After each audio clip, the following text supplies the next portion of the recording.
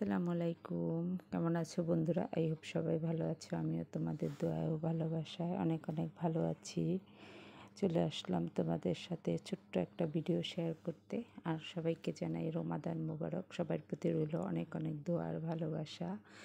এখানে দেখো সালাতের জন্য নিয়ে আসলাম গাজর, বিটরুট, শসা আর কাঁচামরিচ আর একটা গ্রেটার দিয়ে সবগুলো কেটে নিয়েছি।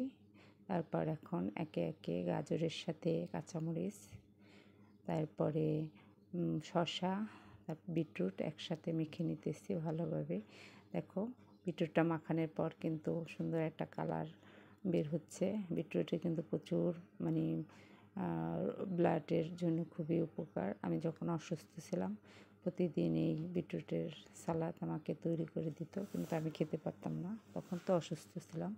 লবণ দিয়ে দিলাম আর সরিষার তেল দিয়ে দিলাম। অলিভ অয়েল দিতে পারলে সবচেয়ে ভালো হয়, কিন্তু আমাদের মতো মানুষের ঘরে তার অলিভ অয়েল থাকে না, সরিষার তেলই থাকে। দিয়ে দিচ্ছি, দিয়ে ভালোভাবে মেখে নিয়েছি।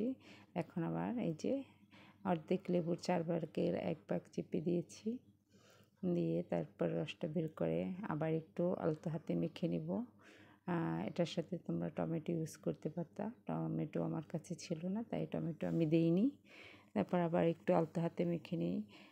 সারাদিন রোজা থাকার পরে যদি একটা সালাদ খাওয়া যায়, তারপর কি লাগে, শরীরটা পুরো ঠান্ডা হয়ে যায়। এই তো মাখানো হয়ে গেছে। এখন এই একটা বাটিতে পরিবেশন করে দিতেছি। সবাই ভিডিওটা ভালো লাগলে বন্ধুদের সাথে শেয়ার করে দিতে পারো, এবং নিজেরা তৈরি করে খেয়ে দেখো কেমন লাগে, কমেন্ট করে জানিও। এই তো ধনেপাতা দিয়ে পরিবেশন করলাম।